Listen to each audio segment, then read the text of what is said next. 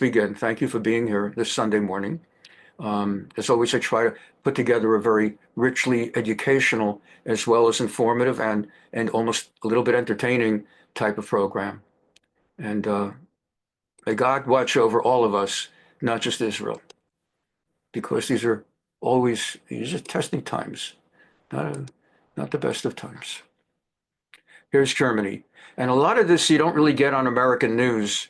That's why a lot of the times I pick stuff up off the Israeli news because they report much more deeply on what's going on in Europe and what might have a Jewish overlay. And you might not pick it up on the local news, whether we're talking the mainstream or even Fox, CNN, and MSNBC. So this is out of channel, whatever. Here we go. Title, tens injured in a crushing in Munich. The driver, someone who had sought refuge from Afghanistan. So welcome to Sunday morning Arab Muslim in Europe review. Here it's happened again. A refugee from Afghanistan crashed his car right into a huge crowd of Germans, of people celebrating in Munich. These are the pictures at the scene where tens were injured, including children. It's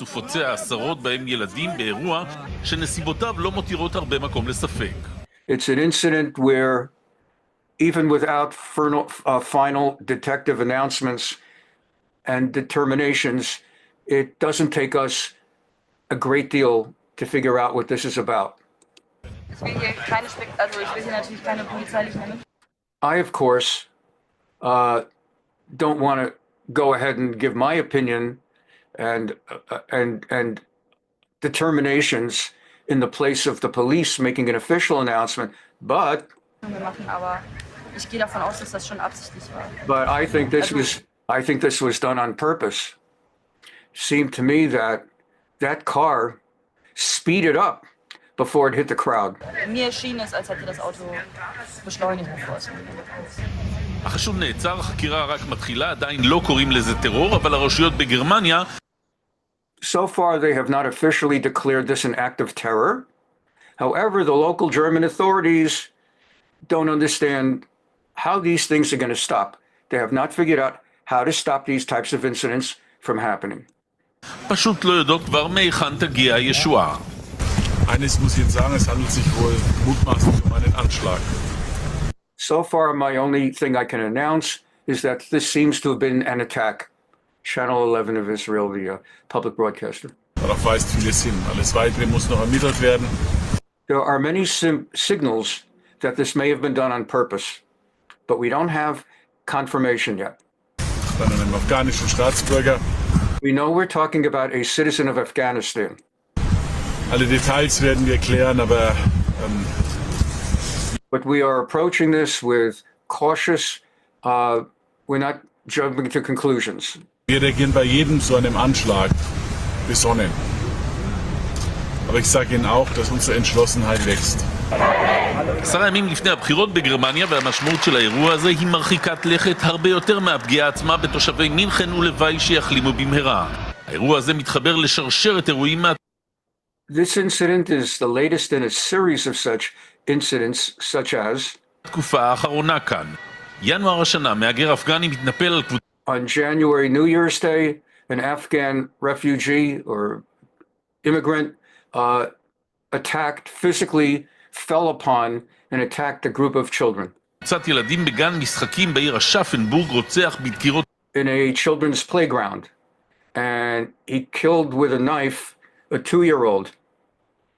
And then a slightly older person screamed and yelled, "Come help." סכין בן שנתיים ומבוגר שנזעק לעזרתו.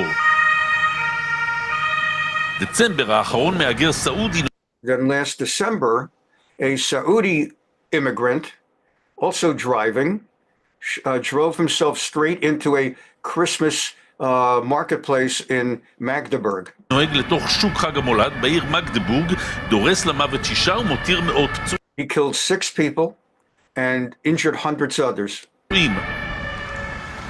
אוגוסט האחרון. This past August, an immigrant from Syria, together with who had a background as an Islamist extremist, chopped up, cut, sliced 3 people in the city of Zulingen. מהגר סורי בעל רקע איסלאמיסטי משסף 3 בני אדם בעיר זולניגן, ובמקרה לגמרי היום מתחיל משפטו של אפגני אחר And today, separate from today's incident, in the courts, a trial has begun of yet another Afghani who in May 2024 2024 אליהן המצלמות רדף עם מצ'טה אחרי פעיל אנטי-מוסלמי. That guy ran with a machete after an activist anti-Islamist. מי ניסה לרצוח אותו אבל פצע אותו. He tried to kill him, but instead ודקר למוות שוטר שניסה להתערב. he only was able to injure him seriously, and in the course of that, stabbed to death a police officer who tried to stop the attempted murder of the anti-Islamist. כדי להפסיק את האירוע. הנקודות המתחברות בשנה האחרונה מחרידות את גרמניה וגורמות לסחף בלתי פוסק למפלגת נגרש את כל המהגרים הלא היא אלטרנטיבה לגרמניה. כשהקנצלר העוד מעט This all has led to a right-wing political shift in Germany towards more and more rethinking the idea of allowing any of these people in. עבר והקנצלר לשעתיד פשוט לא יודעים מה הפתרון. The problem is that those outside of their extreme right have no solution. Not to say that the extreme right is the way, but no one else has a solution for this. Okay. This past week, as I said, there was the Super Bowl, and there were any number of commercials for the Super Bowl. And this is one of the commercials. You could see that Kanye West, he asks to be called Ye, Y-E, so we call him Kanye West. You see he's mentally ill, that it's not the way some people bandy about that expression as an insult, but he's not just a sicko. In another time, another place, he'd be institutionalized, and maybe like what they did to Jack Nicholson in What Flew Over the Cuckoo's Nest. In our present commercial, which was in and of itself just startling from a artistic and just whatever point of view, he's sitting like half drunk or half doped up. This actually showed up. This was a commercial on the Super Bowl, the most widely watched event in America every year. And he's got himself talking into into his cell phone, his smartphone. And he's explaining, I had bought this commercial, the time for this commercial, which is like millions of dollars, and I spent it on my new teeth. And he shows what either is his new teeth, I don't know what the hell, and therefore I don't have money left for this commercial, but I bought the time. So instead of a professional commercial, I'm simply doing it like selfie style on my phone, telling you to go to the following website, I think Yeezy.com, and that's the commercial. Then you go onto the website, and it's sort of like an Amazon-like marketplace of things to buy, but it has one and only one product for sale, a t-shirt with a swastika. This is the past week in American Jewish and world Jewish life.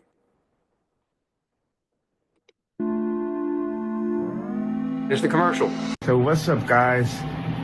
I spent like all the money for the commercial on these new teeth. So once again, I had to shoot it on the iPhone.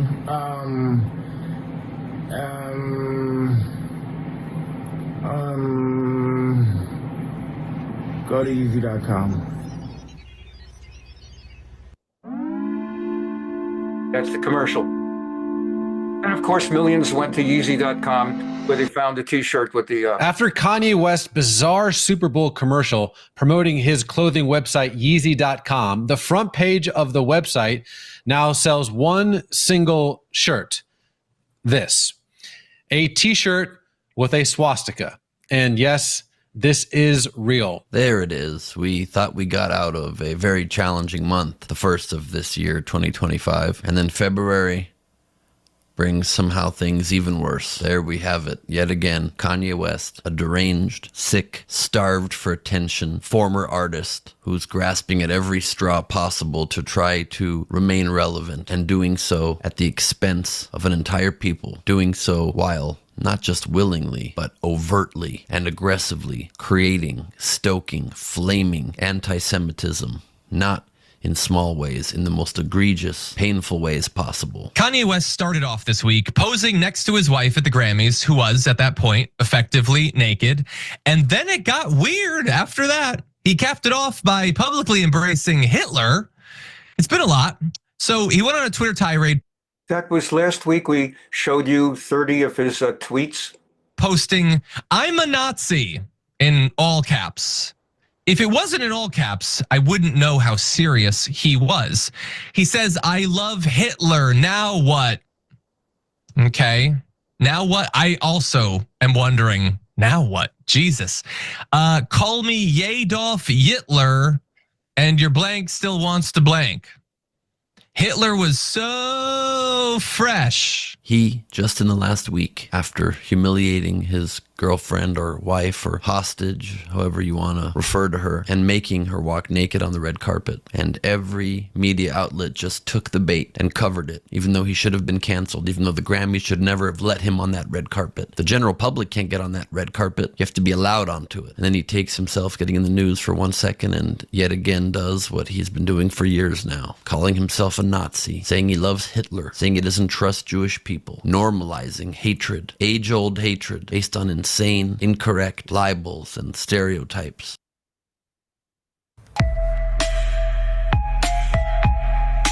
So this is not actually, this is artificial intelligence. I didn't create it. Someone created this. Artificial intelligence presenting primarily Jewish, famous Jewish actors, actresses, personalities, together with others who are famous, all wearing T-shirts with name Kanye, Jewish star, and a middle finger. This was shown on Israel's Channel 11, Kan Yisrael. The interesting thing is, since it's AI, we don't know, before we walk away thinking, wow, finally some famous Jewish celebrities who actually take a stand on our side. Don't get excited, because some of them are trying to find out who's behind the commercial. They're suing for the use of their images and likenesses without license, payment, etc. But anyway, they showed this on, and in the background is the Havana Guillotine. זה נראה כמו הסיוט של כל אנטישמי. הוליווד היהודית מתגייסת ומציגה לו את תגובתה, אצבע משולשת. So far, those were Spielberg, and there was Zuckerberg and Seinfeld, Schwimmer. לא, השמות היהודים הגדולים של עולם הבידור לא באמת התקבצו להגיד לקניה ווסט מה הם חושבים עליו. מדובר However, unfortunately, although these are famous Jews from around the world, none of them was consulted before their likenesses were put into this. It's Michael Bloomberg, before it was Jack Black. סרטון שנעשה באמצעות בינה מלאכותית בידי יוצר Simon and Garfunkel. ישראלי, אבל המסר ברור, נמאס מקניה ווסט.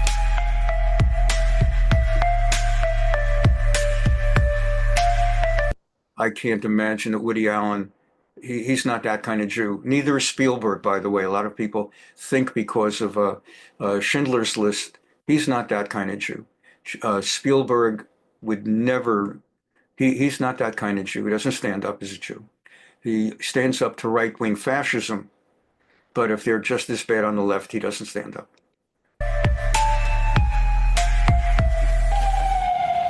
העובדה שהראפר קניה ווסט, המכונה ייי, הוא אנטישמי מובהק אינה חדשה. The idea that Kanye West showed up in a commercial anti-Semitic, that's not news, that's old news. But what came out this week with that particular artificial intelligence thing, that's news. אבל בשבוע האחרון הוא נראה מושקע יותר ברעיון. After Kanye West This particular week that passed, we know he's an anti-Semite, but he seemed more mentally ill than usual. bizarre Super Bowl commercial promoting his clothing website Yeezy.com. The front page of the website now sells one single shirt.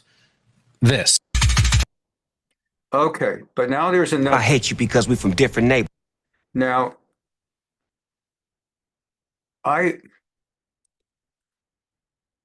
the problem with Jewish liberals is they don't think like regular, they don't know how to communicate to the other half of society. They think everyone thinks that way. And half of the public thinks that way. And that's a valid way to think. There's two ways to think, by and large: liberal, conservative, left, right. You're not going to have everybody thinking the same. We want democracy. In a democracy where the vote is 99% to 1%, we think of Putin, we think of Castro. That's not a democracy. A real democracy is 55%, 45, 52, 48. So half the people are going to think one way, half the people are going to think the other way. But the problem is that when you communicate a message that must be communicated to everybody, you have to have the smarts to know how to communicate to everybody. And the problem with like the liberals like Robert Kraft, the owner of the football Patriots, who's a proud Jew, a very proud Jew, very, very proud that he's Jewish. But he communicates as a left-winger because that's what he is. So he doesn't know how to communicate to people like me and like you. So last year, he took out 2 commercials on the Super Bowl against anti-Semitism. But he did it imbued with his liberal worldview.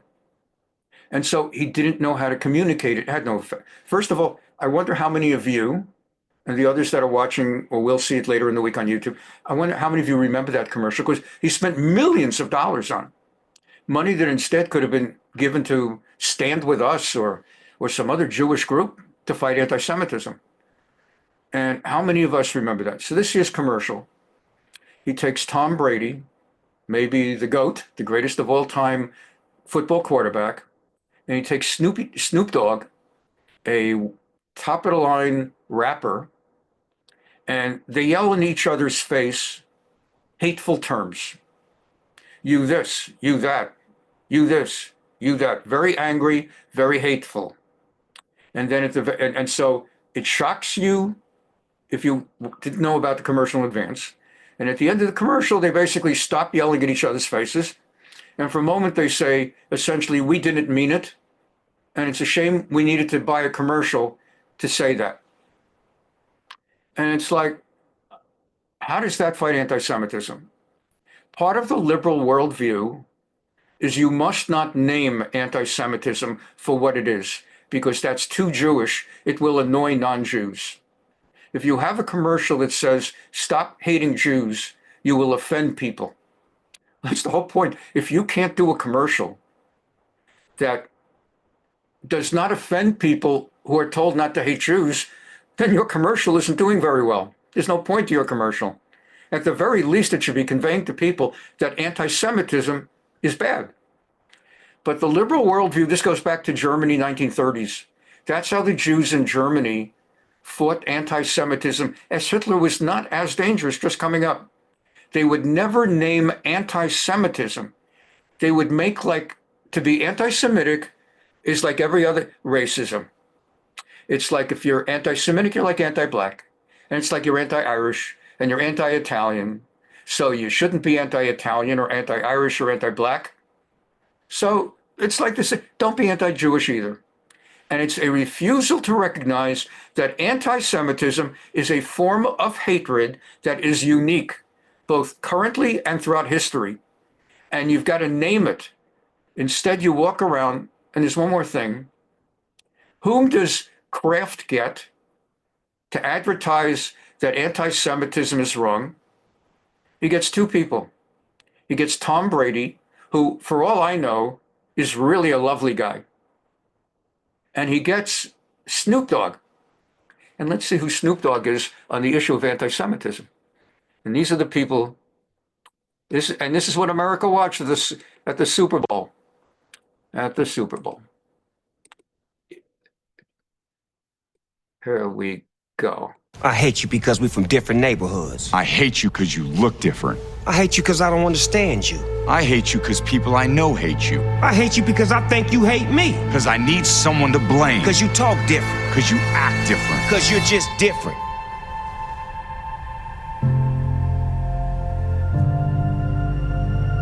Man, I hate that things are so bad that we have to do a commercial about it.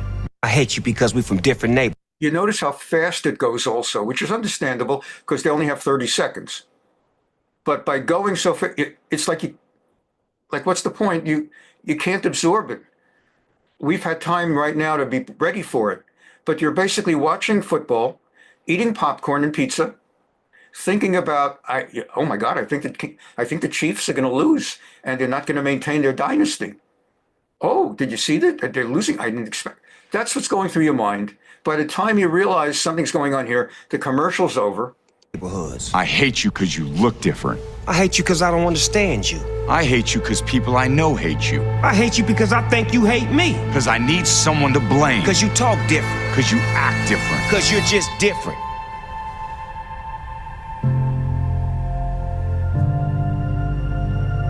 Man, I hate that things are so bad that we have to do a commercial about it. Me too. Now you got that? It's paid for by Foundation to Combat Anti-Semitism. But the minute is spent to stop hate. So the next thing you know, CAIR, C-A-I-R, the Arab thing, is talking about, they were referring to Islamophobia. That's how pointless, meaningless this stuff is. And you had Tom Brady, the GOAT, greatest of all time, and probably a very good guy. And you had Snoop Dogg. Here's Snoop Dogg. Let's learn more about Snoop Dogg.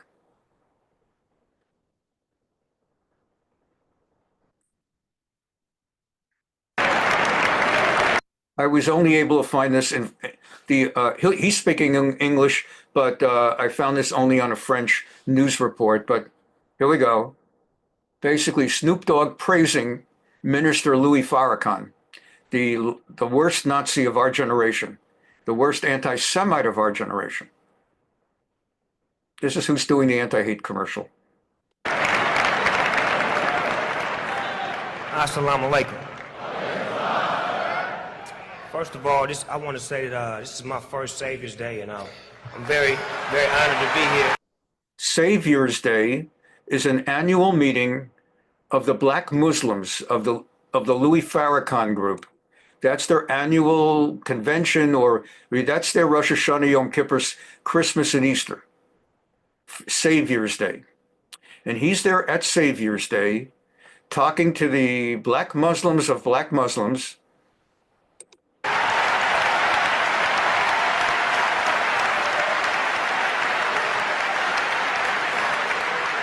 You'll notice Robert Kraft wasn't able to make it that day. Now, y'all know I'm here representing the hip-hop community as well as the black community. And one thing in the hip-hop community, we very influential from what we say and what we do. And we don't really have a leader. We don't really have nobody who we can go to when we have a situation that's a problem. But me, as the leader of the hip-hop community, I always go to Minister Farrakhan because... Okay, that's who's doing hate commercials for Robert Kraft. Always goes to Minister Farrakhan. Okay, I should have stayed and let you watch the standing ovation. Let's see, we got that.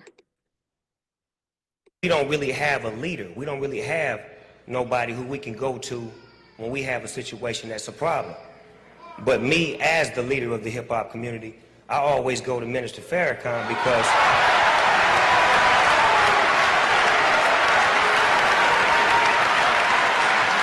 because the minister... You got a commercial, and you're going to have two people do anti-hate out of 320 million Americans. So you pick Tom Brady, okay, and this is the other guy you have doing the commercial.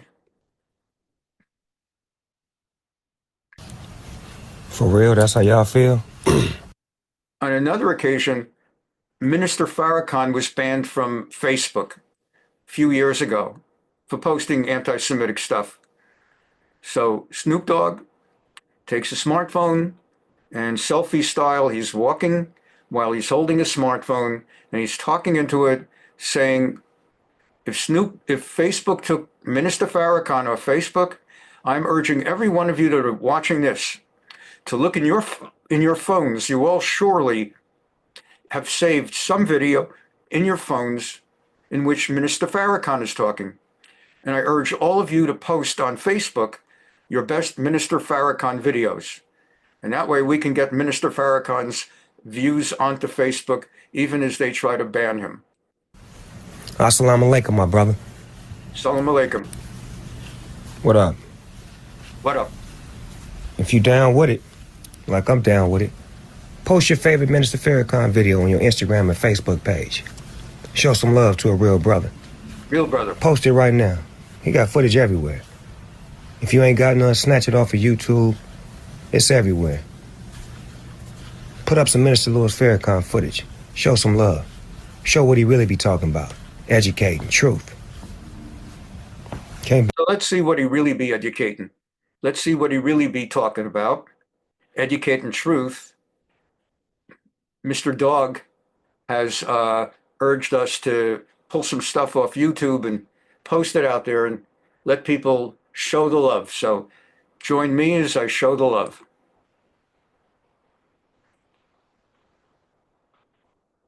The satanic Jews. Show the love. They control everything and mostly everybody. If they Show the love, Brother Lewis. are your enemy, then you must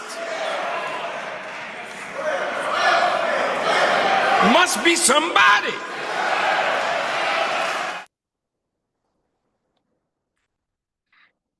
Show the love. That's what I'd be talking about. It is now becoming apparent that there were many Israelis and Zionist Jews in key roles in the 9/11 attacks. That's what I'd be talking about. No wonder Snoop Dogg is chosen as a symbol of fighting hate. Unbelievable. That's what I'd be talking about. Good evening. 2 nurses at Bankstown Hospital have... Now we move to Australia. I've been promising my Australian people for a while. And again, this week, I cannot put together I've got about 20 minutes on what's been going on in Australia. It is absolute. It's like Germany. It's worse than Ireland right now. The anti-Semitism in Australia. We don't have time again this week because there's so much else. One of these weeks goes a little bit slower, a little more room. I want to put in 20 minutes about the firebombing of synagogues, Jewish daycare centers, Jewish schools, children's schools, Sydney, Melbourne, all over Australia. But this one was a national story, not only in Australia, but around the world. So this is 2 nurses in Australia, Arab Muslims, and a influencer, an internet influencer, social media, got them on camera to talk a little bit. And they explained, well, let's hear. This is Australia. And even the left-wing anti-Semitic oriented government in Australia, everybody in the country was shocked on this. Been told they'll never work in our health system ever again after their sickening anti-Semitic rant. The man and woman bragging about refusing to treat and even killing Israeli patients. They claim it was a joke, but tonight the nurses and the hospital are being investigated by police. Night shift at Bankstown Hospital and 2 staff members are about to blow up their careers. Are you a nurse, a doctor? I'm a doctor, my man. A doctor? For what? In hospital. That's Rashid Nadir's first mistake. He's actually a nurse. Where you from? I'm from Israel, from the Holy Land. You actually got a really, really beautiful eyes. Thank you, man.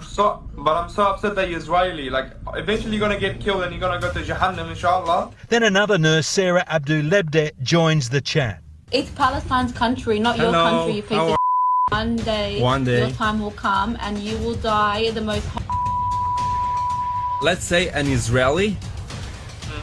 God I won't treat forbid. them. I won't treat them. I'll kill them. And she's not on her own. You have no idea how many Israeli dog came to this hospital and I sent him to Jahannam. I For literally real? sent him to Jahannam. Jahannam in Arabic means hell. At about 7:20 this morning, I was informed and made aware of one of the most vile, shocking and appalling videos I have ever seen. The New South Wales Health Secretary just as gobsmacked. Never in my wildest dreams did I think that I would be standing here with two staff of the New South Wales health system having said such horrendous things. Police were called in, and even before they made it to the hospital, the two nurses had been stood down. Those people subject to that investigation will not ever be working for New South Wales Health again. Rashid Nadir, a refugee from Afghanistan, became an Australian citizen 4 years ago. At his Bankstown home this afternoon, he was lying low. You intend to talk? He once spoke of his good fortune to SBS. Back in Afghanistan, there was not much opportunity to go to school in a free way. As for his colleague, Sarah Abdul-Lebda, she also lives in Sydney southwest and has worked for New South Wales Health for a number of years. I want you to remember my face. Their online rant is now being investigated by Strikeforce Pearl, which was set up to tackle anti-Semitism. And from the top this afternoon, orders to take action. They should face the full force of the law. Given the outrageous nature of the comments, the hospital will now have to investigate whether patients, particularly those from the Jewish community, were mistreated. It's extremely serious that these individuals have allegedly claimed that they've killed certain patients just because they are Israeli. The two nurses were allegedly brought down by an online platform, Chat Roulette, that randomly pairs people from anywhere in the world on a live call. In this case, the Sydney health workers and Max Viper in Tel Aviv. After weeks of firebombings and public declarations of hate, this is considered by many a new low. The fact that they chose to do this in uniform, the fact they chose to do this while they should have been caring for patients. Possibly the most despicable thing you could imagine. Late this afternoon, two lawyers paid a visit to Nadir with the expectation that both nurses will hand themselves over to police later this evening. My client sends a very sincere apology to not only that individual but to the Okay, that's Mohammed. Jewish community Yeah, and said truth lawyers as a whole. Tonight claims it was just a joke. Well, it's not a joke gone wrong. It's not a joke to the Jewish community. It's not a joke to the Secretary, Susan Pearce, and it's not a joke to me and the broader community. In Bankstown, Damien Ryan, 9 News. And let's go live now to Damien at Bankstown Police Station. Damien, we've just heard from the Police Commissioner. Yeah, we certainly have, Pete. Karen Webb said it certainly is a sad day for our country with her police forced to investigate such an appalling incident. Now, detectives have been very quick on the ground. They interviewed a number of hospital staff who were there at that time, viewed CCTV and basically established where they think the recording took place. Now, as I said, investigations are moving swiftly. The Commissioner says there will be further developments overnight and there will be some sort of update tomorrow.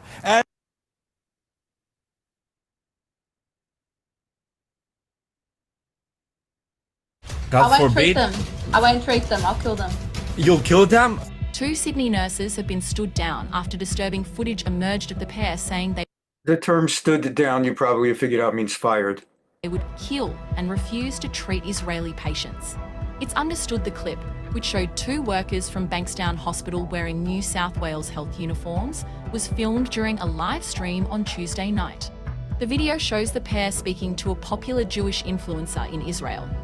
Okay, you have no idea how many Israeli Khara dog came to this hospital and I sent him to Jahannam. Jahannam is the Arabic word for hell. The man who appeared in the video It sounds, you'll notice, Jahannam sounds like the Hebrew Gehenna, same idea.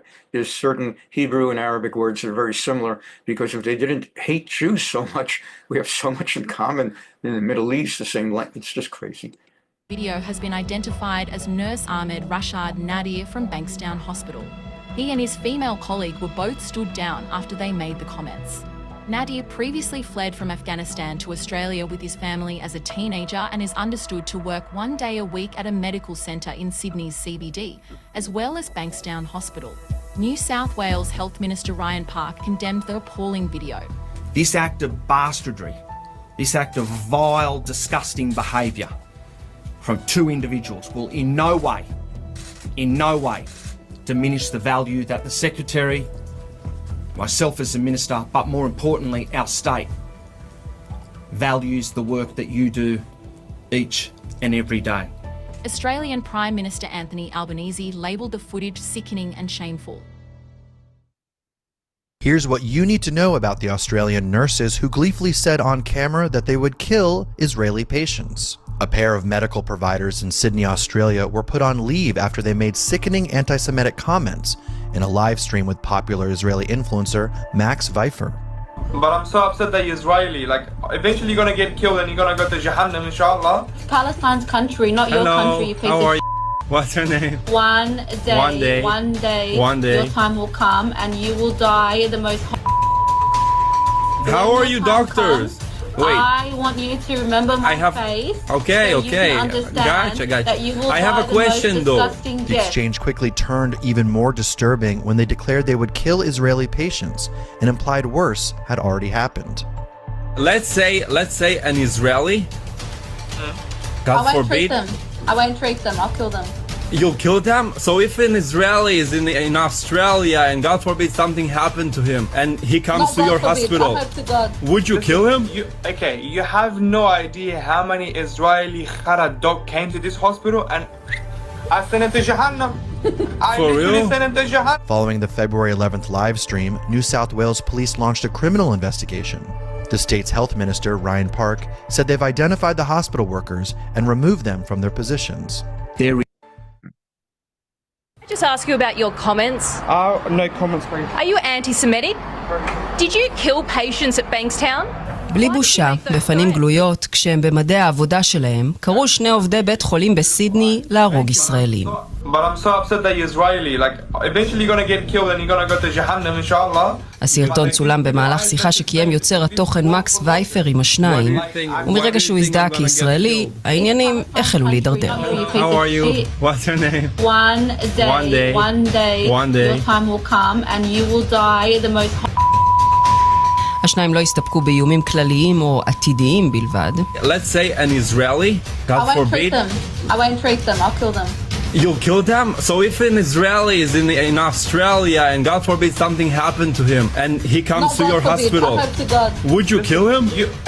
You have no idea how many Israeli Khara dog came to this hospital and I sent him to Jahannam. התיעוד המטריד הזה הוביל מיד לפתיחת חקירה פלילית באוסטרליה. השניים, אחמד נדיר ושרה אבולעבדה, הושעו מהתפקיד שלהם עד לבירור האירוע. הם טוענים, זו הייתה רק בדיחה. Feels so bad. Unbelievable. So anyway, Israeli News Channel 11, and we go forward. פיקים, כדי להרתיע. Did your American... As you know, there's a big question going on now. The new Trump administration in flooding the zone with all their initiatives and everything. One of the things they're talking about cutting out billions and billions of dollars that have been going to United States AID. And turns out with Elon Musk and his Doge group, DOGE, Department of Government Efficiency, looking at all the bills and all the money that America was spending under Biden-Harris, found that $3 million went to a rapper, an Arab rapper, who produced anti-Israel songs. American tax dollars through U.S. aid give over $3 million to a rapper in Gaza. Well, Dumasani Washington, CEO of the Institute for Black Solidarity with Israel, is here to share the truth. Dumasani, my friend, is this real? Unfortunately, yes, Raj. This is real life. This type of motion, if you will, of American tax dollars into anti-Israel and anti-Jewish propaganda, right, including financing a rapper in Gaza who raps anti-Israel and anti-Semitic songs. So yes, sir. I can't fathom that this is a real thing. So can you tell me any more details about it? Well, what's funny is that because I heard about it earlier this morning, and then someone sent me an article. They can check it out. It's on Town Hall, and apparently the artist, or one of the artists' names, Rafaul Sadeh, executive director of the Palestinian NGO called Tomorrow's Youth Organization. And that seems to be the organization that received the money.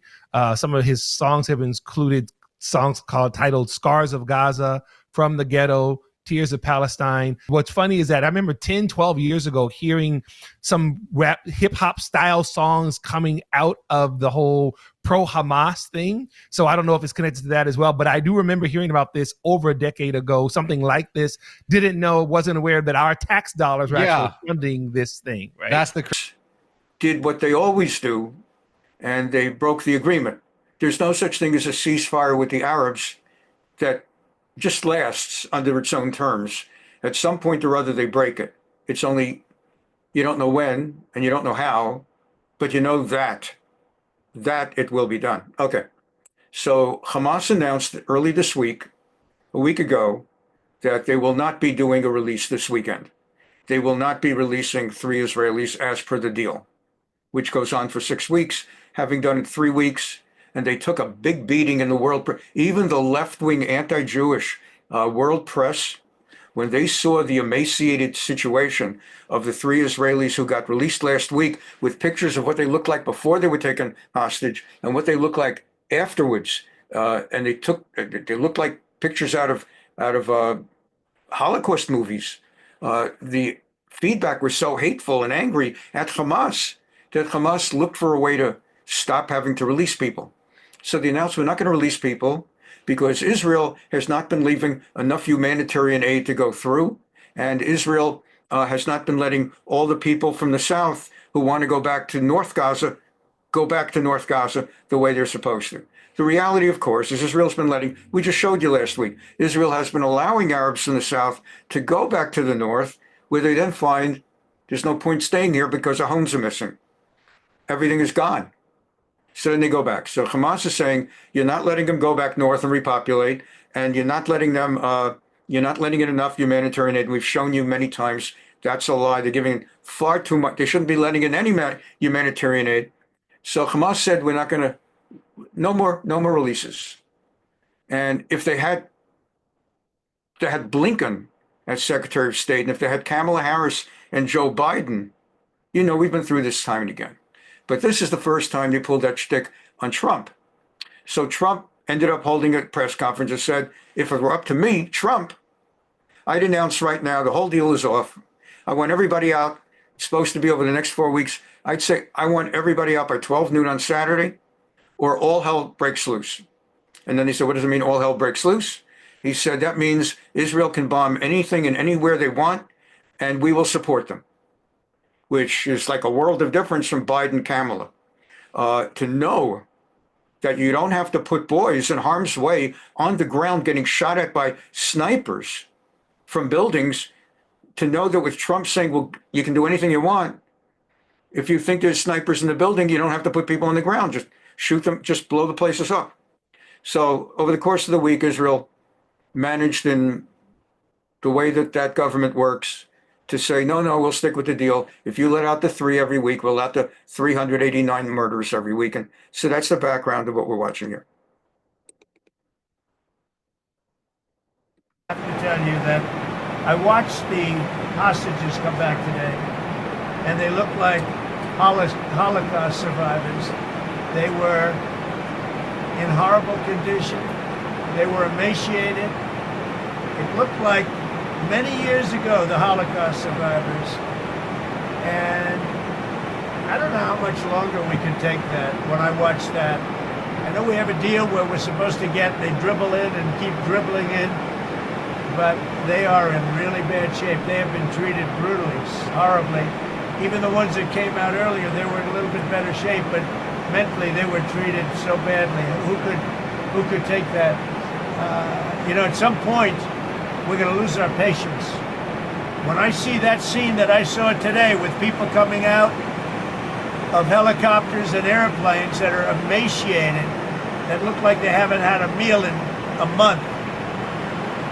No reason for that, and I don't know how much longer we can take it. Do you mean you want to recast the I don't know how long we can take it. When I watch people that were healthy people a reasonably short number of years ago, and you look at them today, they look like they've aged 25 years. They literally look like the old pictures of Holocaust survivors. The same thing. I mean, the same thing. And I don't know how long we're going to take that. Well, I would say this, and I'm going to let that be because that's Israel's decision, but as far as I'm concerned, if all of the hostages aren't returned by Saturday at 12 o'clock, I think it's an appropriate time. I would say cancel it and all bets are off and let hell break out. I'd say they ought to be returned by 12 o'clock on Saturday, and if they're not returned, all of them, not in drips and drabs, not 2 and 1 and 3 and 4 and 2. Saturday at 12 o'clock, and after that, I would say all hell is going to break out. And I don't think they're going to do it. I think a lot of them are dead. I think a lot of the hostages are dead. I think it's a great human tragedy what's happened, how people can be that mean to do. I'm speaking for myself. Israel can override it, but from myself, Saturday at 12 o'clock, and if they're not here, all hell is going to break out. Yes. Yeah, please. Earlier this week, you predicted that all hell would break loose if Hamas didn't hand over all of their hostages. What do you expect to happen tomorrow in terms of Gaza? I don't know what's going to happen tomorrow at 12 o'clock. It was up to me. I'd take a very hard stance. I can't tell you what Israel's going to do. But I watched the last people come out, and I looked at a before and an after picture. One guy was a big, strong, healthy guy. You could say he was a little bit overweight.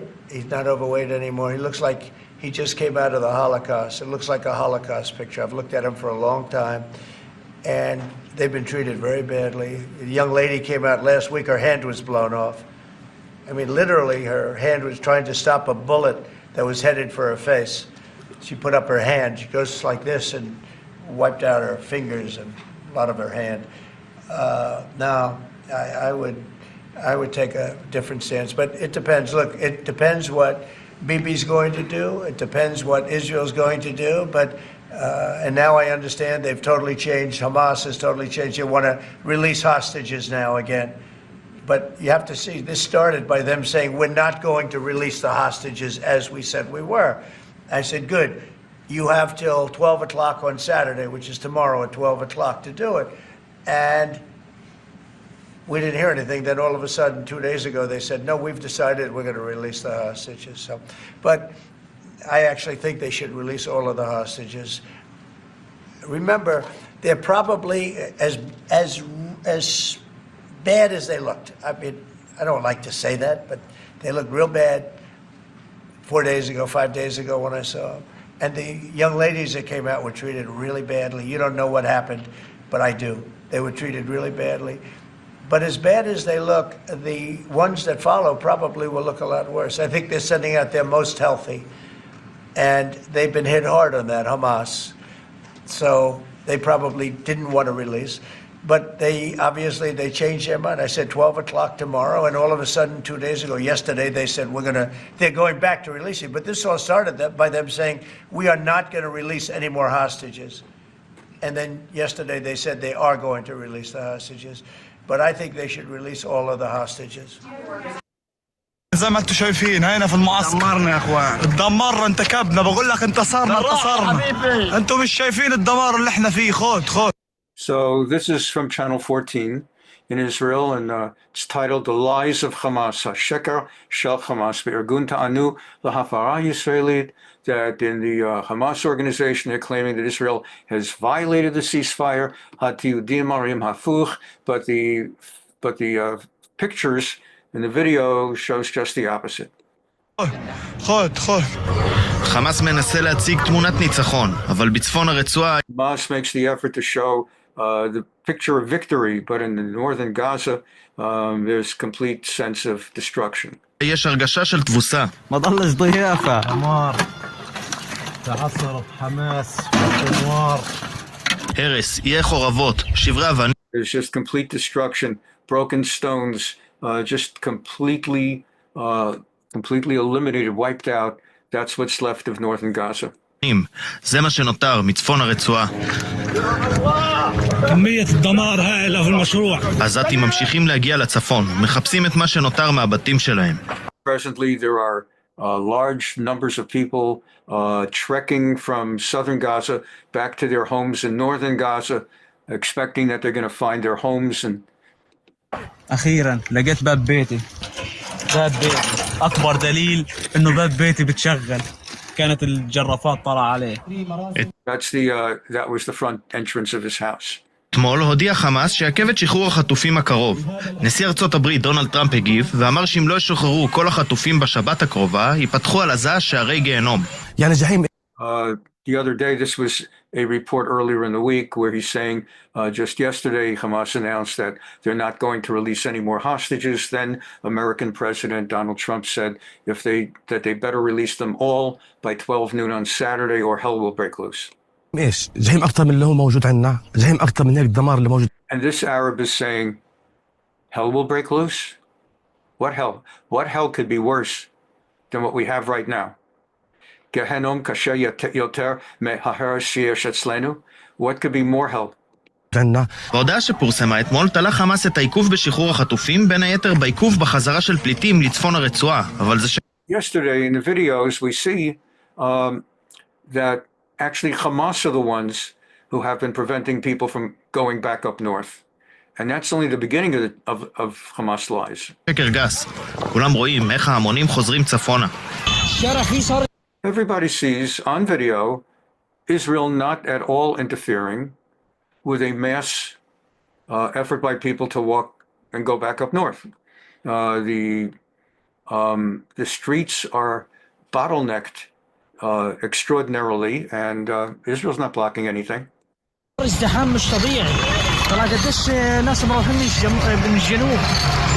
The videos prove it. There's not a matter of debate or making political points. The pictures prove it. Israel's just, everybody's going back up north. And then at the end of the day, they go back south because there's nothing to do in the north. هم كانوا في الجنوب ورجعوا الشمال عشان قالوا نتسرين ذهابا وإيابا. וזה עוד שקר של חמאס. הארגון טען שאחת הסיבות לאי שחרור החטופים... And this is another lie of Hamas. In their organization, they claim that the reason they don't want to release more hostages is that מעיכוב בכניסת קרוונים ואוהלים. That Israel is preventing tents, TNT, tents from coming in so that people would have places to sleep in. So that's their claim, that Israel's not letting tents in. So again, it's not an open, there's nothing to debate, just look at the pictures. There are tents. שמטרתם לתת מענה לעזתים שאיבדו את בתיהם ואין להם איפה לגור. אבל זה מה שרואים בתיעודים שמגיעים מהרצועה. But these are videos of tents. These on these trucks, flatbed trucks, are all tents. الشمال قطرية كلها من قطر جاية هاي كله خيم قطرية. They're all coming from Qatar. على الصين مساعدات من قطر. هاي حال الناس ما بعد الحرب. So this is the thing. They're saying that Israel's not allowing tents. Qatar is sending tents. Israel's facilitating their arrival. בינתיים בעוד תחומים עזה חוזרת לחיים והעסקים חוזרים לעבוד. صباحنا غير كل الصباحات صباح فلسطيني غزاوي من شمال قطاع غزة. יש הרבה גנבים ושודדים בעזה ולכן צריך... There are a lot of thieves and criminals right now on the loose. They're running Gaza right now, and you have to worry a great deal about security of the merchandise and people's safety. גם לדאוג לאבטחה. تتقدم شركة أمجاد جروب للخدمات الأمنية واللوجستية بأحر التهاني والتبريكات للشعب الفلسطيني بمناسبة وقف إطلاق النار. אותה חברה מציעה את שירותיה גם כדי לאבטח חלק ממשאיות הסיוע שנכנסות לרצועה. So what you just are seeing and saw is a private security group, and every situation gives rise to a opportunity to make money legally, opportunity for capitalists and others who are looking for a way to make a fortune. I know that unfortunately, as a rabbi of a shul, I know that after the Pittsburgh incident a few years ago, every shul in the country, my shul included, was bombarded, so to speak, with security companies negotiating against each other for that they provide slightly lower prices. But it was that incident was a wonderful opportunity for anybody in private armed security. Overnight, every synagogue, temple in the country was hiring private security. I remember I can't believe how many phone calls and emails and everything we were getting from every imaginable agency, even people from outside of California. We'll come to California and protect your synagogue for your high holy days. And here's our pricing.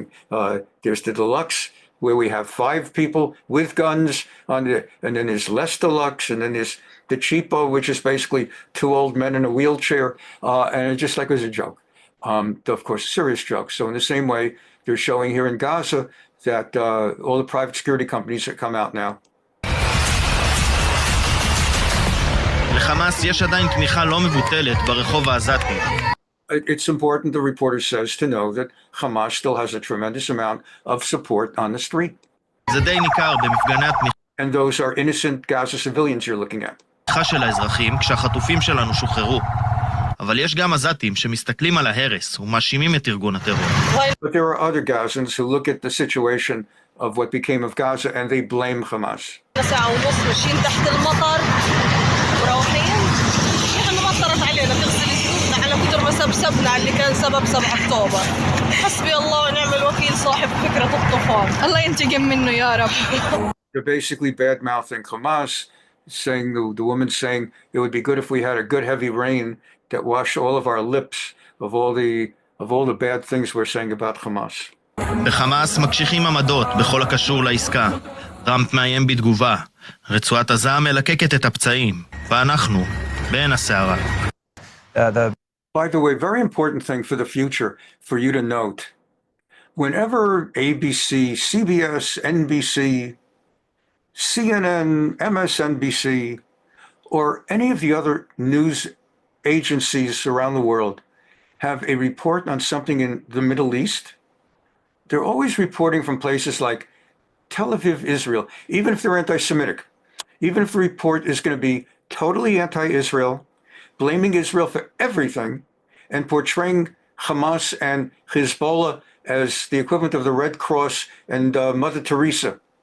All reports come out of Tel Aviv, Israel, or Haifa, Israel, or Jerusalem, or Beersheba, Israel, because it's the only place that reporters can report safely. So regardless of how much they hate Israel, they cannot safely get out their anti-Israel report from anywhere in the Middle East other than Israel. It's something. Palestinian Authority President Mahmoud Abbas signed a decree on Monday canceling legislation that provided welfare. The so-called Palestine Authority, I refer to them as the Arab entity in Judea and Samaria. Mahmoud Abbas, otherwise known as Abu Mazen, he's a terrorist, was the number 2 to Arafat. Arafat died, he became the number 1. He was elected to a 4-year term as president 15 years ago. He's in the 15th year of his 4-year term. He's a dictator and terrorist. Part of what he's been doing all along is what they call pay for slay.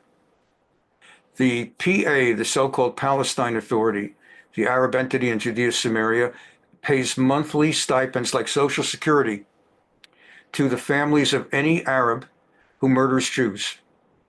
Whether it's a civilian who goes into Israel and shoots somebody in a street or grabs a car and drives it into a crowd, or is a formal terrorist, any Arab who gets sentenced for killing a Jew and is put into prison in Israel that Arab and family, parents, siblings, gets a monthly stipend like Social Security for the rest of their lives. That's called pay for slay. And what it does is it actually motivates many Arabs who don't have an education or another way to support their families. So with no other way, and they've got kids and they've got a wife, so they go out, kill a Jew, plead guilty right away. They're not even afraid that they're going to be in prison long, because these kinds of prison exchanges, they'll be out in a few years anyway. But even though they'll be out in a few years, through one or another hostage release, their families will be paid Social Security for the rest of their lives, over and above any other Social Security they have. So this is going on for, 20 years. And American governments have been called on it by at least Jewish pro-Israel people. How can you give funding to Palestine Authority, the Arab entity in Judea and Samaria? How can you give American funding to them through USAID and other kinds of overseas relief, when that money, in fact, is then being turned around and sent as Social Security for murderers to pay for slay? Where does this guy get the money to pay that Social Security? He gets it from USAID, from American money. It's insane. So now that they've got Elon Musk going through the USAID, this guy just came up with a shtick where he announced we no longer will pay Social Security to murderers.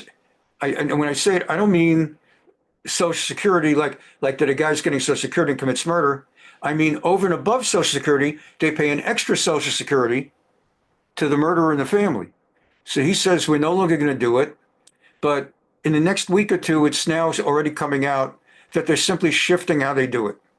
So if they had, let's say, the pay for slay account, they're now taking the money out of that account and they're opening up a new account, and they're paying the same people the same amount of money through the new account. The American media and other Western media always are suckers for the Arabs. They don't look carefully. They hear him say, we're not doing it anymore, and they report that they're not doing it anymore, but they're still doing it. Welfare payments to Palestinian security prisoners while held in Israeli jails, as well as stipends to the families of terrorists killed while carrying out attacks. According to the ruling, families of slain terrorists and prisoners who need social help would now get stipends based only on their financial need. However, the Israeli Foreign Ministry issued a statement Monday night dismissing the decree as a, quote, new fraudulent exercise by the PA, which intends to continue making payments to terrorists and their families through other channels. Israel has long denounced the stipends that Jerusalem said actively incentivized terror, with critics dubbing it the pay-to-slay system, while Palestinian authorities say the payments are a vital form of social welfare for victims of what they claim is Israel's brutal military justice system in the West Bank. According to the new decree, the program to allocate welfare funds will be transferred from the Social Development Ministry to a new fund called the Palestinian National Foundation for Economic Empowerment, with a strict criteria system put in place to determine eligibility. Many families of prisoners and slain attackers who were receiving government stipends will continue to receive financial aid, given the high poverty rate in the West Bank, which has only risen since October 7th, with Israel ending its permit system to thousands of Palestinians working in Israel and the settlements, a key component of the West Bank's economy. Ramallah proposed the reform near the start of the Biden administration, seeking to bring the PA into compliance with the Taylor Force Act, a congressional legislation that suspended U.S. aid to the PA as long as it continued granting the stipends. This change is most likely intended to absolve the PA of direct accountability, enabling them to distance themselves from the program in response to growing pressure, particularly from Israel and the United States. Abbas signing the decree amid news that U.S. Supreme Court is preparing to decide on whether American victims can sue the PA and its international arm, the Palestine Liberation Organization, for damages due to Ramallah's payments program, something that could result in a financial crisis for the PA due to heavy fines. According to the PA, the decree was made in part to restore international aid programs that were suspended in the past year, strengthen the status of the State of Palestine in the UN, and gain further international recognition. My name is Keith Siegel, and I'm a 65-year-old American citizen. I love country music. He just got out about a week ago. And I love pancakes on Saturday morning, but that was my previous life. Since February 1, I am a newly released Hamas hostage. I am a survivor. I was held for 484 days in unimaginable conditions. Every single day felt like it could be my last. President Trump, you are the reason I am home alive. You are the reason I was reunited with my beloved wife, 4 children, and 5 grandchildren. Thank you for your continued fight against terror and for your bold leadership that has brought me and many others back home to our families, to safety and to security. When I was in Gaza, I lived in constant fear for my life and for my personal safety. I was starved and I was tortured, both physically and emotionally. When the war intensified, the terrorists who held me treated me even worse than usual. Terrorists kicked me, spat on me, and held me with no water, no light, and no air to breathe. Mr. President, once again, your leadership, power, and authority are necessary to enforce the ceasefire and put an end to the unnecessary daily dangers to the lives of innocent hostages and civilians. Your leadership and strength will ensure the agreement is honored by all sides. That is what will allow all 76 hostages to return home to their families. I trust your strength and leadership, Mr. President. The helpless hostages in the dark, cold tunnels in Gaza also trust you. Please bring them home. עמרי חיים, ראש דסק ערבים, אתה מצטרף אלינו בהקשר הזה עם עדכון. So yesterday was the next hostage exchange. Ultimately, as we said earlier today, Hamas decided they will release 3 hostages in return for another 389 or so of their cutthroat murderers. And it seems that because of the negative feedback and reactions to seeing the more recent Israeli hostages looking like emaciated Holocaust survivors, it seems that Hamas may have been moving away from the weekly spectacle of parading them on stage and all of that. But this week, Israel did something different. Not the kind of parading spectacle, but Israel, in releasing each one, had them put on a t-shirt. And on the t-shirt were pre-printed a big Jewish star, and in Arabic, the words, we will not forget, and we will not forgive. And they made them wear that on the way out the door. Jewish star, we will not forget, and we will not forgive. And that's what was on the world media as the cameras were showing the people leaving. And it was written in Arabic, so throughout the Arab world, where they're watching this, they're watching the Jewish star, we shall not forget and we shall not forgive. And apparently it caused a tumult throughout the Arab world. Arab world went crazy. That's nothing compared to what they've been doing the last few weeks. They liked that, but this they didn't like. They found it demeaning and insulting, and, well, good for them. כן, טל, שלום, בוקר טוב. בחמאס ככה אנחנו מפרסמים אתמול במהדורה שלנו במוצאי השבת, הוכו בהלם בתדהמה מהאקט הישראלי של... It was just a helem, like a chaos, or just an explosion, an emotional explosion when people saw the t-shirts. שחרור המחבלים עם הסוואטשרטים ועליהם מגני הדוד, והמשפט בערבית לה ננסה ולה נרפר, לא נשכח ולא נסלח. So it had the Jewish star, and it had the Arabic, something like Nensa, Lenpa, whatever, meaning we will not forget and we will not forgive. גורם בכיר בפלגים הפלסטינים מדבר איתי So right away they started burning the shirts. אתמול ואומר, המראה היה הלם גדול לחמאס, לשאר הארגונים ועל הרחוב הפלסטיני. And Arabs said this was an incredible slap in the face and insult and degradation to Hamas. And on the Palestinian street, there's no such thing as Palestine.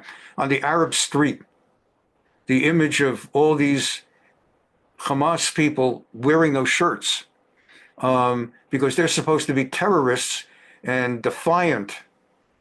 Jews and Israelis can't make us do so. And instead they all passively walked out wearing these shirts.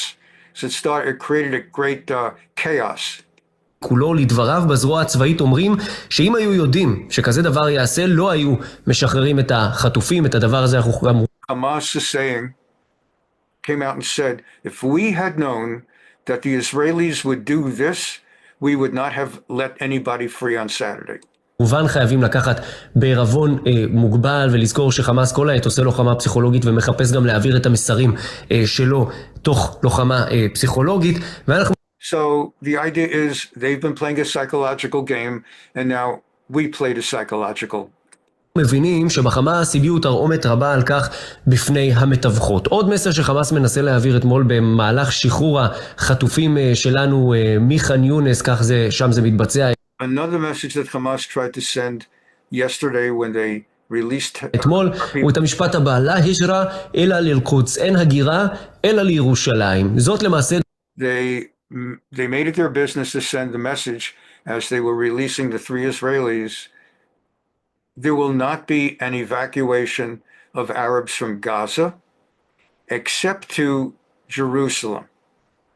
And they then created, in lieu of the weekly platform spectacle, they created a march, a mass march of essentially homeless Arabs in southern Gaza to start marching north as if marching to Jerusalem. Obviously, they weren't going to get to Jerusalem. They weren't going to get across any border with Israel. And it also paradoxically gave proof that Israel's allowing them to march north, where they said they can't go north. תגובת חמאס הפומבית במהלך אירוע שחרור החטופים לדונלד טראמפ, לממשל האמריקני וגם למדינת ישראל, על הכוונה של הממשל האמריקני, אותה תוכנית שטראמפ מניח להעברה. So there's all your innocent Gaza civilians marching at the instruction of Hamas up the beautiful Mediterranean coast. That's what they could have had if they weren't so what they are. And they're marching to Jerusalem. Oh, they're not going to get there.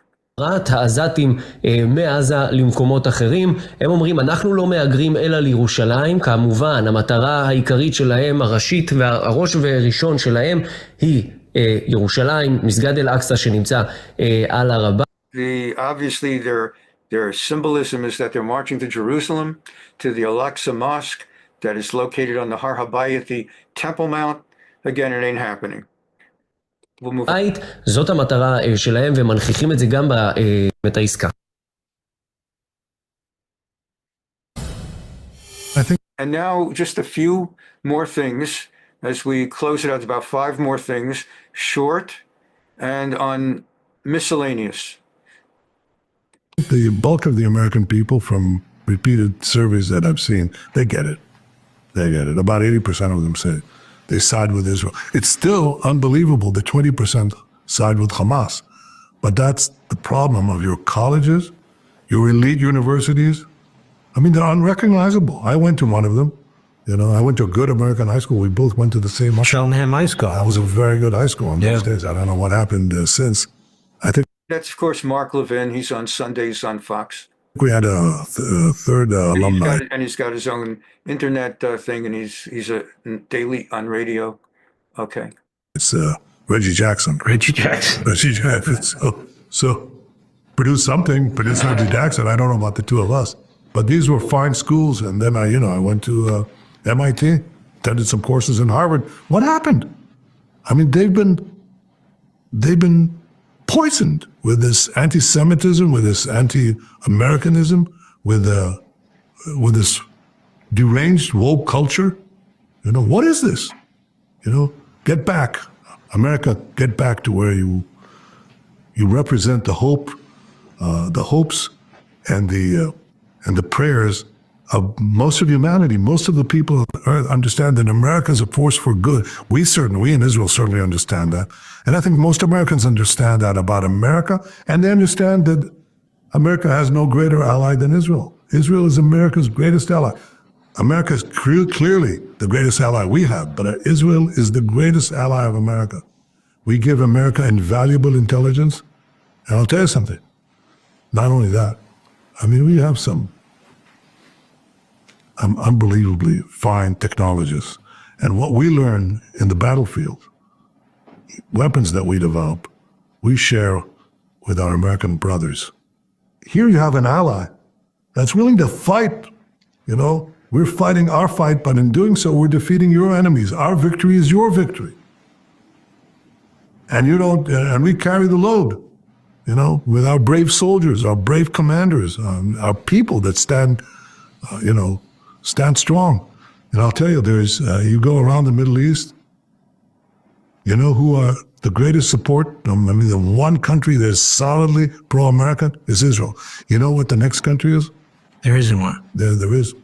Which? It's called Iran. The people of Iran are yearning for the day where that regime is finished. And when they can express their support not only for America, but for Israel. You know, I do these videos every few months. I do a video for the people of Iran. I speak to them, you know, broadcast it to Iran. You know how many views we get? Millions. Wow. Millions. And some of them respond. I couldn't believe this. They respond with their names, and they're so frustrated. You know, they just throw caution to the winds because they hate this regime. They want to see a different world. And by cutting the Iran axis down to size, by preventing Iran from getting nuclear weapons, we're giving a new hope of freedom, not only to us and to our Arab neighbors, but also to the people of Iran. And that's the whole thing changes when Israel and America see eye to eye, when there's no daylight between us, endless possibilities. And this, as we wind down, is like one or two more things. I wanted to show you this because I just found it so fascinating. I wanted to share it with you. Environmental impact of plastic straws versus... Okay. Sometimes living in America, we forget how crazy this country is. We actually think it's normal. We think we're in a normal place with normal culture. And there are different opinions. As I said earlier today, there's liberals, conservatives. What has happened in the years since Obama and then Biden and Harris, this country has gone so crazy that, but for us, it's the politics. Are you on this side or that side? And what I found fascinating as I was preparing the class this week to get ready for you, bring you to good program. So I was going through Israel news, and in the Israel news, like all news reports, there's always like a human feature story, just a feature, human interest. And the report was, and they can't really grasp it. They're trying to understand, is this like a real thing, or is this the Babylon Bee or the Onion? That there's a story about in America that they want to ban plastic straws and have paper straws. And in Israel, understand, you're talking about a country that is surrounded by Hamas in Gaza, Hezbollah in Lebanon, Arab entity in Judea and Samaria, Iran, Syria. To think that there's a country where there are people actually fighting over whether to have plastic straws was so fascinating that they actually put it on the news. I just wanted to give you a flavor. It's obviously not long. And as I said, we're winding down now. But I had to share it because it happened this week. Next week, it'll be old news. Paper straws is entirely unclear. This has cost both the government and private industry an absolute ton of money. The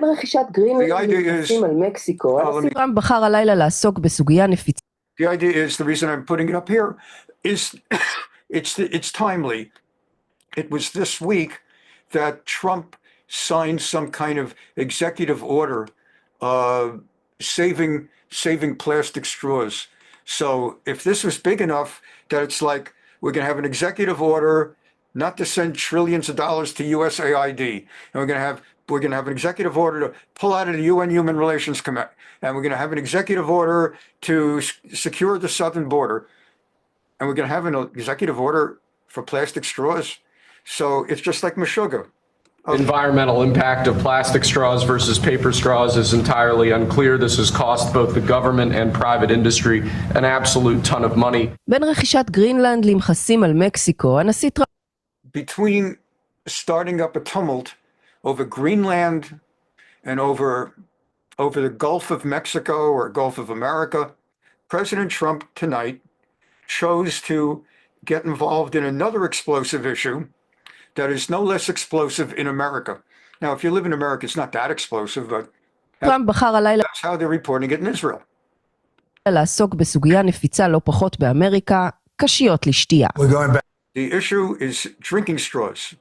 Back to plastic straws. These things don't work. I've had them many times, and on occasion they break, they explode. If something's hot, they don't last very long, like a matter of minutes.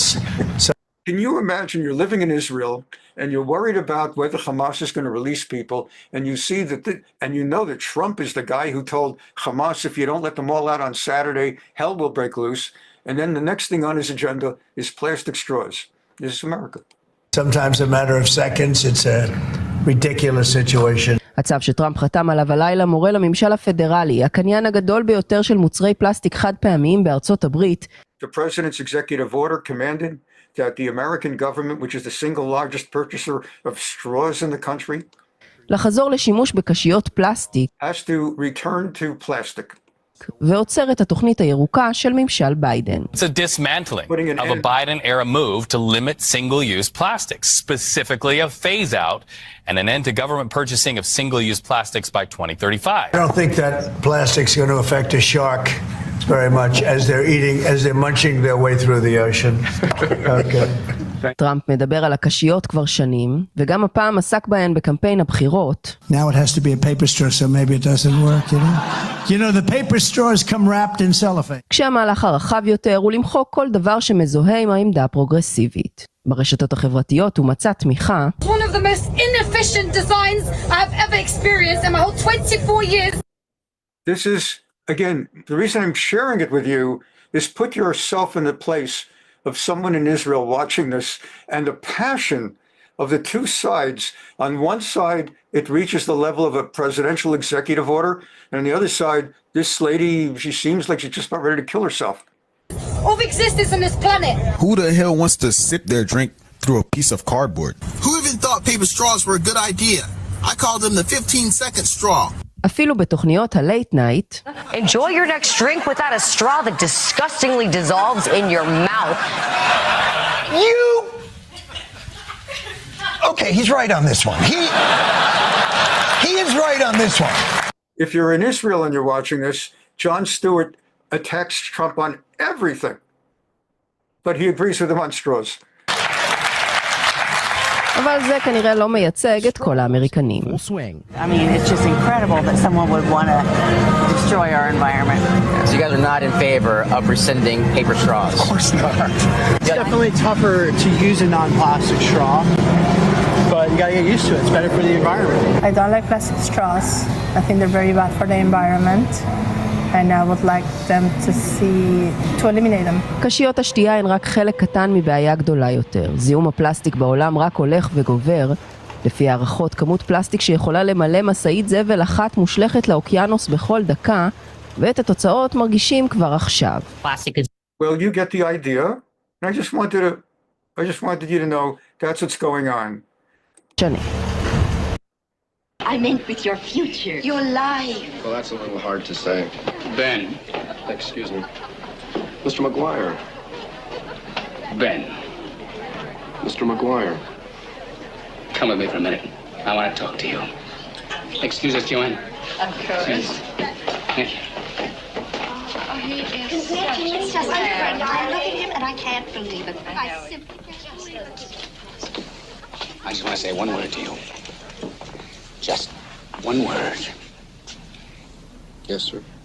Are you listening? Yes, I am. Plastics. Exactly how do you mean? There's a great future in plastics. Think about it. Will you think about it? Yes, I will. Enough said. That's a deal. And I asked somebody, hello? And the last two things, each is 1 minute. This is Rabbi Grossman. We've met him in the past. He's the rabbi who gave a dollar bill or a shekel bill to every soldier going to battle. And this is just a minute about to give you, as we close today, instead of closing with music or that, I wanted to just close with two little 1 minute snippets of the Jewish culture that comes out of that country that you can't find in America. It just couldn't exist. Rabbi Grossman went up to Migdal HaEmek in northern Israel. His goal was to find non-religious teenagers and bring them closer to religion. So he goes up to Migdal HaEmek, again, a Sephardic community in northern Israel, and he asks around, where can I find non-religious teenagers? And they told him, someone maybe even as a joke, said, go to the local disco and you'll find non-religious teenagers. Who is the yeshiva here? So yeshiva here? No yeshiva. Talmud Torah, no. Where can I find the youngsters? He says in the disco. Disco, I never heard disco in my life. In Mea Sharim, you don't know what is disco. I think maybe it's a new yeshiva called disco. I go to the disco yeshiva. And I come in. And I see Purim in the middle of the day, you know? Then see girls, boys, red, blue. They see me come in. I can't believe a rabbi with beard and pants. What are you doing here? They're thinking 100%. I look for a minyan, Kaddish, you know? Maybe somebody help me or somebody. What are you doing here? I say, I come here to live with you. You my brothers, you my sisters. You leave Yerushalayim and come to live here? Yes. And the other 1 minute I want to just leave you with, I've been showing you little snippets of Menachem Begin, trying to help bring him back to life for us to know more about this man who 50 years ago was just different from any other Israeli leader. And this is just 1 minute of Begin, and with this we close today, where he was Prime Minister of Israel, and he's just talking about what it was, what Shabbat is, Sabbath day, what it was like in Poland before the Nazis drove us out, where every person, no matter how poor, penniless or kopeckless, in a small hut living with his wife and children, how every man was a king on Shabbat. Od lo haya am kazeh ba'olam. There has never been any such nation on earth.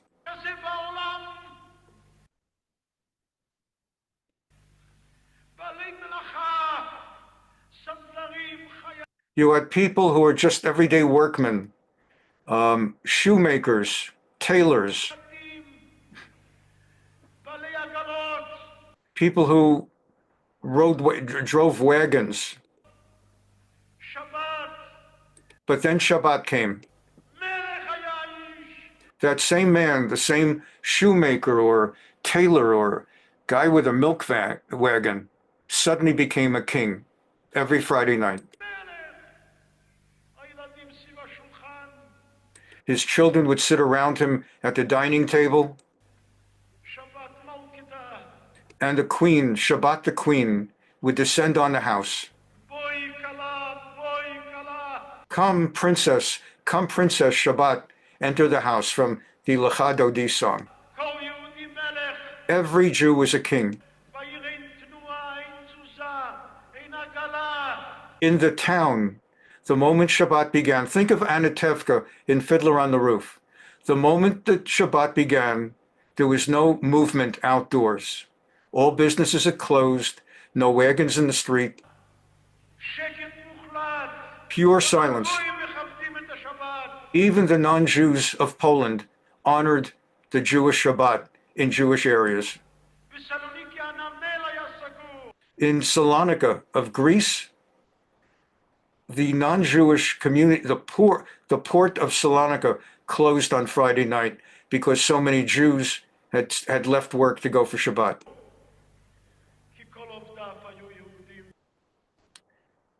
And that's that. The man was a great man.